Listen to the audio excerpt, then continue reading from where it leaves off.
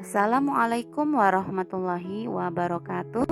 Anak-anak, pagi ini kalian akan belajar kembali bersama Ibu. Mudah-mudahan kalian dalam keadaan sehat dan belajarnya tetap semangat. Mari anak-anak, kita membaca doa sebelum belajar. Bismillahirrahmanirrahim. Rabbi zidni ilma warzuqni fahma. Artinya, ya Allah, tambahilah ilmuku dan tingkatkanlah kecerdasanku. Amin. Nah, anak-anak, kita akan belajar tema 1G, benda, hewan, dan tanaman di sekitarku. Subtema 2, hewan di sekitarku, pembelajaran 5 dan 6. Baik anak-anak, mari kita membaca bersama. Manusia memelihara hewan sejak dulu, namun tidak semua hewan dapat dipelihara. Ikan, kucing, dan burung dapat dipelihara, begitu pula kuda, sapi, dan kambing. Ada pula hewan yang tidak dapat dipelihara, yaitu ular, macan, dan rusa.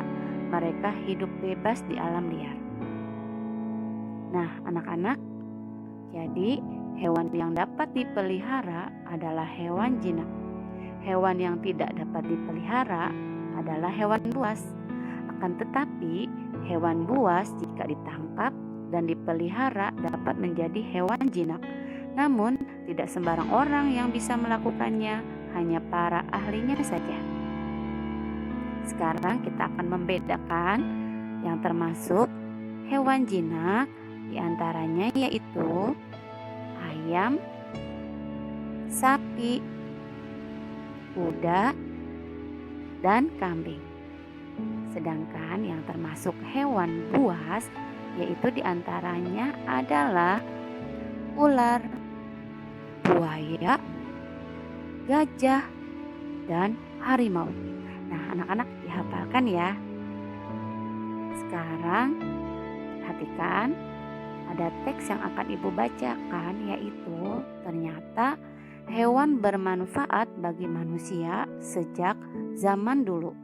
Manusia memanfaatkan hewan untuk dapat dimanfaatkan hewan-hewan dijinakan. Contoh hewan yang dimanfaatkan adalah kuda, ayam, sapi, anjing, dan kucing.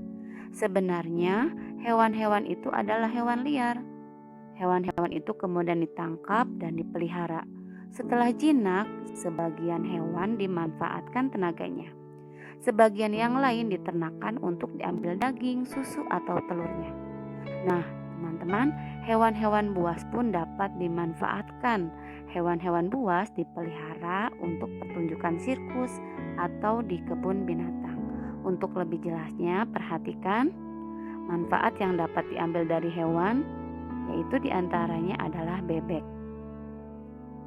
Yang dimanfaatkan adalah dagingnya dan telurnya. Ayam juga yang dimanfaatkan adalah dagingnya dan telurnya. Nah, sapi pun sama, dapat dimanfaatkan dagingnya, telurnya, susunya, begitu juga dengan tenaganya. Kerbau pun sama, tenaganya dimanfaatkan untuk membajak sawah Pak Petani. Nah, anak-anak, di sini hewan buas pun dapat dimanfaatkan. Berikut yang sudah Ibu jelaskan. Nah, diantaranya juga singa. Singa hewan buas, namun dapat dimanfaatkan dengan cara dipelihara untuk pertunjukan sirkus atau di kebun binatang. Sudah paham ya anak-anak? Sekarang mari kita mengisi kotak dengan bilangan yang sesuai. Lalu isilah titik-titik dengan lebih besar dari atau lebih kecil dari. Jadi anak-anak, kita akan membuat kalimat perbandingan dengan cara kita menghitung terlebih dahulu, yaitu jumlah harimau ada 62. Sedangkan jumlah domba ada 75. Jadi kita bandingkan 62 dibandingkan dengan 75, itu isinya lebih kecil dari. Jadi kalimat perbandingannya adalah harimau lebih kecil dari domba. Sekarang mari kita berlatih bersama. Lingkari bilangan kecil, beri tanda silang pada bilangan lebih besar. Perhatikan, ada bilangan 45 dan 71. Lalu perhatikan bilangan 45 kita lingkari karena bilangan kecil. Sedangkan 71 kita beri tanda silang karena termasuk bilangan yang lebih besar. Nah, seperti itu anak-anak.